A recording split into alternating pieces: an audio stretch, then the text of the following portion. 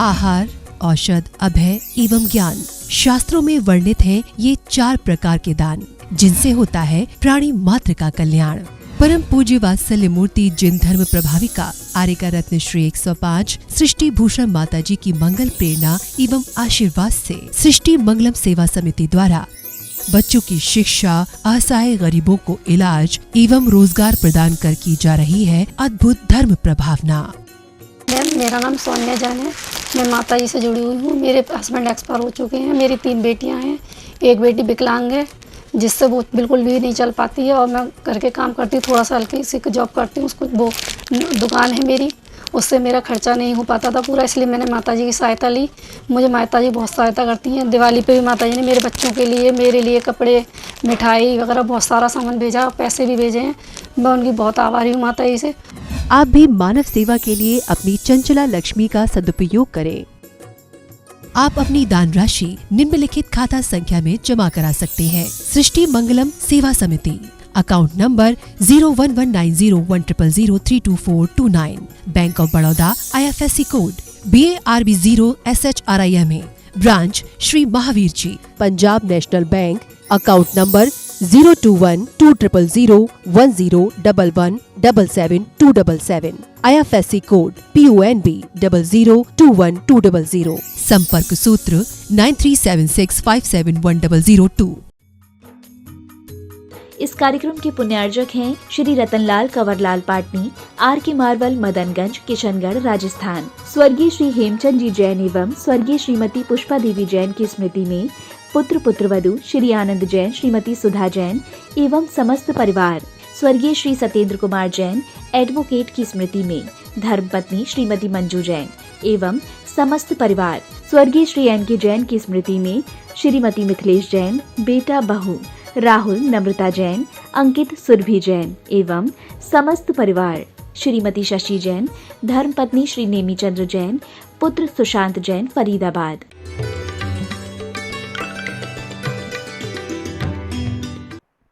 अब मैं तुम्हें धन्यवाद देने आई हूँ कि तुम लोग कितने भले हो, जिसने आज परमात्मा से मिला दिया। और आज मुझे पता चला कि परमात्मा की भी कितनी अनुकंपा है, प्रकृति की भी कितनी शोभा है। सर्दी की रात में भी क्या फूलों की बरसात करती रहती है, क्या खुली चांदनी थी। आज एहसास हुआ कि आत्मा को इतनी शक्ति दी है कि वो कोड़ी काल सर्दी में भी जीवित रह सकती है और परमात्मा का स्मरण कर सकती है। जब सारे सहारे टूट जाते हैं तब परमात्मा का दरवाज़ा खुल जाता है। तुम लोग बहुत भले लोग हो जो आज मुझे जंगल में छोड़ कर आए थे। मैं अब जाती हूँ, दोबारा जंगल जा रही हूँ। अब मैं वहीं आशियाना बनाऊंगी, उसे परमात्मा के दरबार में ही रहूंगी। इसलिए हमारे आचार्यों ने मुनिराज को दिगंबर कहा है। दिशाएं ही जिसका अंबर होती हैं, जो आकाश के नीचे सोते हैं, जिसकी ज़मीन में कोई सीमाएं नहीं होती हैं, असीम होते हैं, परिणामों से भी विशुद्धि के प्रति असीम होते हैं। आकाश में भी उनकी पूर्ण ऊंचाई होती है। ऐसी ऊंचाई पाओ। क्या छोटे मोटे कबूतर खानों में जीना, 100 गज का, 200 गज का, 500 गज का मकान बना लेते हो, या 10-5 मकान बना लेते हो और एक छोटी सी अर्थी में लिपट कर चले जाते हो। जीवन भर लोगों का दिल जलाते हो और खुद जलकर मर जाते हो। जलना ही पड़ेगा, या तो ज्ञान का दीपक जलाओ या चिता में जल जाओ, या तो परम पद पाओ और वरना पदों के खातिर भीख मांग मांग के मर जाओ। हमने हर बार भीख मांगी है, लेकिन आज तक वो पद नहीं पाया जो एक बार पाने के बाद फिर कोई पद प्रतिष्ठा की चाह नहीं रहती है। हमारे आचार्य कहते हैं कि वो पद कौन सा है। विश्यासा वसाती तो निरालंबो परिग्रह, ज्ञान ध्यान तपो रखता तपस्वी सब प्रशस्त। कहते वो प्रशस्त तपस्वी हैं, वो प्रशंसा के योग्य हैं, वो जगत में 3 लोक के पूज्य हैं, जो कि एक बार पद पाने के बाद दोबारा संसार में नहीं आते हैं। तो हमें वही पद चाहिए। हमें यहाँ की प्रतिष्ठा नहीं, आत्म प्रतिष्ठा चाहिए। हमें लोगों का आश्रय नहीं, अपने आत्मा का आश्रय चाहिए। तो आप सबको भी वो पद प्रतिष्ठा मिले, वो सम्मान दूसरों के द्वारा नहीं मिले, मैं आत्मगौरव मिले। आज जरा सी कोई बात कहता था तो हम कह देते हमारे आत्मसम्मान को ठेस लग गई। हमने कहा आत्मसम्मान होता तो फिर क्यों एक इंद्रिय में पैदा होता, क्योंकि एक इंद्रिय में कई बार हम पैदा हुए हैं। रूखन बिकाया भाग्य बसते देव एक इंद्रिय हुआ, कि कभी कभी तो ऐसी पर्यायों को पाया है जो कि रूखन फ्री में डाल दिया गया। ऐसी पर्यायों को हम और आप पा कर आए हैं, अब ऐसी पर्यायों को नहीं पाएंगे। एक बार सिद्ध पर्याय को पाएंगे, एक बार हम सिद्ध बन जाएंगे, दोबारा संसार में नहीं आएंगे। तो आप सब भी सिद्ध बने और आपको सिद्धि मिले, संसार के दुख नष्ट हों। आप सबसे मेरा यही शुभाशीष, आपके जीवन में शुभ और सुखों की बरसात हो। बीतने वाली घड़ी को कौन लौटा पाएगा, बीतने वाली घड़ी को कौन लौटा पाएगा, और इस धरा का इस धरा पर सब धरा रह जाएगा। ये सुअवसर खो दिया तो, ये सुअवसर खो दिया तो बाद में पछताएगा, और ये सुनहरा दिन कभी फिर लौट कर ना आएगा। ये दिन सुनहरा दिन फिर कभी लौट कर ना आएगा। बीतने वाली घड़ी को कौन लौटा पाएगा, बीतने वाली घड़ी को कौन लौटा पाएगा। ये सुअवसर खो दिया तो बाद में पछताएगा। इस धरा का इस धरा पर सब धरा रह जाएगा। एक बार तू जो चला गया फिर वापस नहीं तो यहाँ आएगा। एक राजा ने बहुत सुंदर महल बनवाया और उसे उम्मीद थी, हर इंसान को उम्मीद होती कि वो कुछ करे तो लोग कहें कि वाह क्या किया। हालांकि लोग कह भी दें तो लोग बड़े बेईमान होते हैं। आपके सामने कह भी देंगे वाह क्या किया, पीछे से कहेंगे कि लोग बेईमानी से घर भर लिया और घूस देकर निकल गया, ऐसा बात कहेंगे। लोग तो हैं, लोगों का काम है कहने का। उसने भी महल बनवाया, पास के राजा को बुलाया कि देखे, वो देखेगा तो कहेगा कि वाह क्या महल बनवाया। राजा आया, राजा ने कहा कि बहुत सुंदर महल बनवाया, मैं भी ऐसा ही बनवाऊंगा। पास में एक भिखारी बैठा था, कहने लगा एक कमी रह गई इसमें। राजा को तो अचंभा हुआ कि मुझे कमी नहीं दिखी, मेरे राजा को कमी नहीं दिखी, मेरे मित्रों को कमी नहीं दिखी, ये भिखारी जिसे महल के बारे में पता भी नहीं है और ये कहता है कि एक कमी रह गई। राजा ने उसे बुलाया और कहा तुमने क्या सोचकर कहा कि कमी हो गई। उसने कही राजा ये मुख्य द्वार ही अपने गलत बनाया। राजा ने कहा इसमें क्या लगाना था। उसने कहा लगाना कुछ भी था या नहीं लगाना था, लेकिन आपने द्वार गलत बनाया, ये आपके लिए अशुभ है। राजा ने कहा अशुभ किस बात से, हमने तो बड़े बड़े वास्तु वालों को बुलाकर दरवाजा लगवाए हैं। वो कहने लगा वास्तु वाले कहते होंगे लेकिन मैं कहता हूँ वो सत्य है, दरवाजा गलत है। राजा ने कहा बताओ तुम क्या पहेलियां समझा रहे हो कि दरवाजा क्यों गलत है। राजा ने कड़क स्वर में कहा तुम समझाओ क्या दरवाजा गलत है। उसने कहा राजा जो दरवाजा बनाया तुमने, एक दिन आते जाते हो अभी तो, लेकिन एक दिन जाओगे तो वापस आने की इजाजत नहीं मिलेगी। एक घर तुमने बनाया ये सराय खाना है, यहाँ मुसाफिर आते हैं और चले जाते हैं। कहते हैं जगह वही रहती, चेहरे बदल जाते हैं और कफन वही रहता है, लाशें बदल जाती हैं। यहाँ पर नाम बदल जाते हैं और नाम भी क्या होते हैं, नाम यही किसी के उधार दिए होते हैं। हमारे पास जो कुछ है वो सब किसी का उधार है। हमें बुद्धि किसी ने दी है, हमें विवेक तो दिया ही नहीं। विवेक अंदर से आता है और बुद्धि बाहर से आती है। बुद्धि हौद की तरह होती है, किसी के द्वारा बनाई जाती है और उसके बाद उसमें अपना कुछ नहीं होता है। विवेक होता है, श्रद्धा होती है, वो अपनी होती है, वो कुएं की भांति होती है। श्रद्धा कुएं की भांति होती है, जितना निकालोगे उतनी बढ़ती जाएगी। वो प्रेम की भांति होती है, जितना बांटोगे उतनी तुम्हें मिलती जाएगी। और कहते भी हैं, श्रद्धा कहती है कि तुम ले लो, मेरे पास बहुत है, तुम्हें देखकर खुशी हो जाओगे। जितना लोगे सामने वाला मुझे शाम तक फिर भर देगा। शाम तक खाली होगा तो सुबह भर देगा, सुबह खाली होगा तो शाम को फिर भर देगा, क्योंकि मेरे अंदर अपने स्रोत हैं, मेरे अंदर अपनी धाराएं हैं, मैं भर जाऊंगी। भले क्रम से आती हूँ, धीरे धीरे रिस रिस के आती हूँ, लेकिन आती हूँ अपनी हूँ। मैं वो हौद नहीं हूं जो देखने में तो बहुत अच्छी लगती है, देखने में तो भरी भराई दिखती है, लेकिन उसका अपना पानी कुछ नहीं होता है। आज लोग डालना बंद कर दे तो वो देना बंद कर देंगे। आज हमारा दिमाग कैसे हो गया, हम धर्म के नाम पर हौद हो गए और पदार्थ विज्ञान और मोह के नाम पर, अधर्म के नाम पर हम कुआं हो गए। हमारे अंदर से रिश्ता रहता है, कभी विचारों का पानी, कभी कसायों का पानी, कभी पापों का पानी, कभी अनीति का पानी, ये सब रिश्ता है। हमने वही सब तैयार कर रखा है, वही माल तैयार करते हैं हम। अच्छाइयों का माल हमारे पास नहीं है। अच्छाइयों का माल तो किसी से ले लेते हैं और थोड़ा भी दे देते हैं तो सोचते हैं हमने दिया।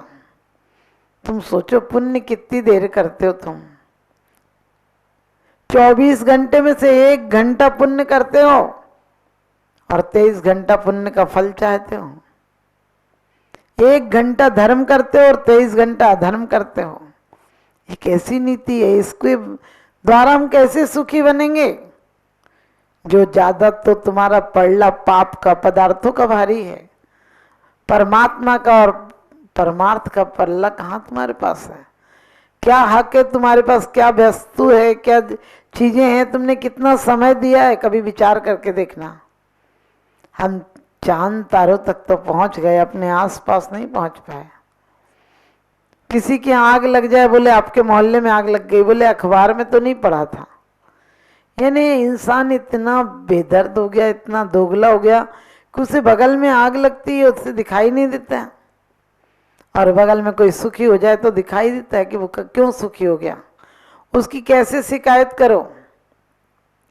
क्योंकि हम भले कहते रहे देख दूसरों की बढ़ती को, कभी न ईर्षा भाव धरो, लेकिन ईर्षा इतनी है, घर में सास बहू है, ननंद भौजाई है, देवरानी जिठानी है, एक के पास चीज है तो दूसरी ये नहीं सोचती है तो दीदी आप भी पहन लो, कभी मैं पहन लूंगी, कभी आप पहन लोगी। क्या जरूरत है घर में अनर्थ दंड होने की? क्या जरूरत है पाप करने की पति को?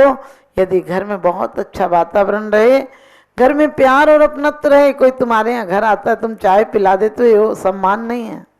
तुम अपने हाथ का मोबाइल रख दो, उसके आने पर समझ लेना तुमने सम्मान कर दिया, तुमने उसकी तरफ ध्यान दिया। लेकिन आजकल लोग बिल्कुल स्वार्थी हो गए, मोबाइल नहीं रखेंगे, चाय रख देंगे, नाश्ता रख देंगे, लेकिन आस्था नहीं रखेंगे।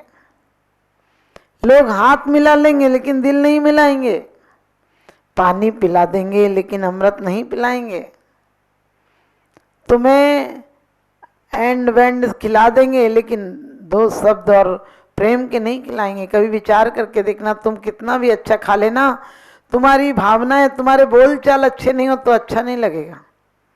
किसी के घर आप जाओ और कोई कहे कि बहुत अच्छा हुआ, आप आ गए, आज दोनों जने खाना साथ में खाएंगे, कितना अच्छा लगेगा। और कोई कहे कि लो ठूस लो, हम तो अच्छा हुआ आप आ गए, नहीं तो कुत्तों को डालने डाल रहे थे। बताओ वो खाना खाया जाएगा? वो खाने में तुम्हारी रुचि होगी? इसी प्रकार से आज हम किसी से व्यवहार हमारा अच्छा नहीं रहा। यार दोस्त तो अपने लगने लगे, अपना भाई अच्छा नहीं लगता है। अपनी बेटी ज्यादा प्यारी लगती है माँ की बेटी से। अपनी बेटी पे लाखों करोड़ों उड़ा देगा आदमी, अपनी बेटी के लिए लाखों करोड़ों खर्च कर देगा, कहेगा कमाई इनके लिए रहे।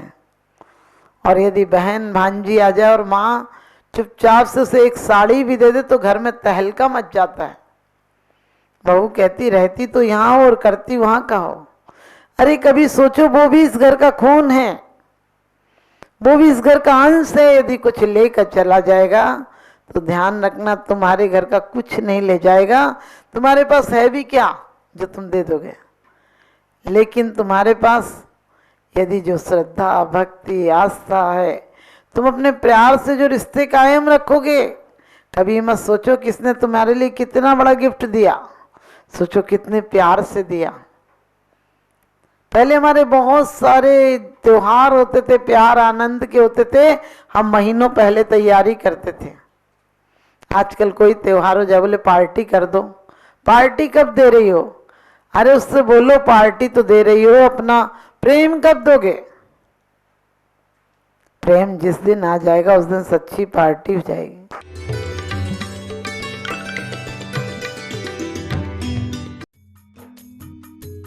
इस कार्यक्रम के पुण्यार्जक थे स्वर्गीय किशनी देवी नाहर, पुत्र पुत्रवधु श्री सज्जन राज नाहर, श्रीमती पुष्पा देवी नाहर एवं समस्त नाहर परिवार चेन्नई, श्री सुशील कुमार जैन धर्मपत्नी श्रीमती निर्मल जैन एवं समस्त परिवार। Firm Shri Arihant oil and general mills, तहसील रोड, जगराव, पंजाब।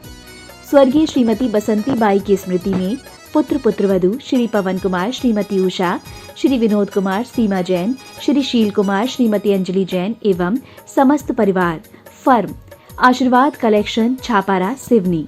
श्री सुबोध कासलीवाल, चंद्रकांता कासलीवाल एवं समस्त कासलीवाल परिवार, नागपुर, महाराष्ट्र। परम पूजनीय वात्सल्य मूर्ति जिन धर्म प्रभाविका आरिका रत्न श्री 105 सृष्टि भूषण माताजी की मंगल प्रेरणा एवं आशीर्वाद से अतिशय क्षेत्र श्री महावीर जी में विगत वर्षों से संचालित है चतुर्विध संघ की आहार व्यवस्था, जिसमें आहार विहार, पिच्छी, कमंडल, वस्त्र, शास्त्र, औषधि दान आदि व्यवस्था सुचारू रूप से निरंतर की जा रही है। यहाँ माताजी की मंगल प्रेरणा से वृद्ध एवं असहाय लोगों की सेवा के साथ ही अनेकानेक जनसेवा के कार्य भी किए जा रहे हैं। महादान, आहार दान जैसे पुनीत कार्य से जुड़कर आप भी घर बैठे धर्म लाभ ले सकते हैं।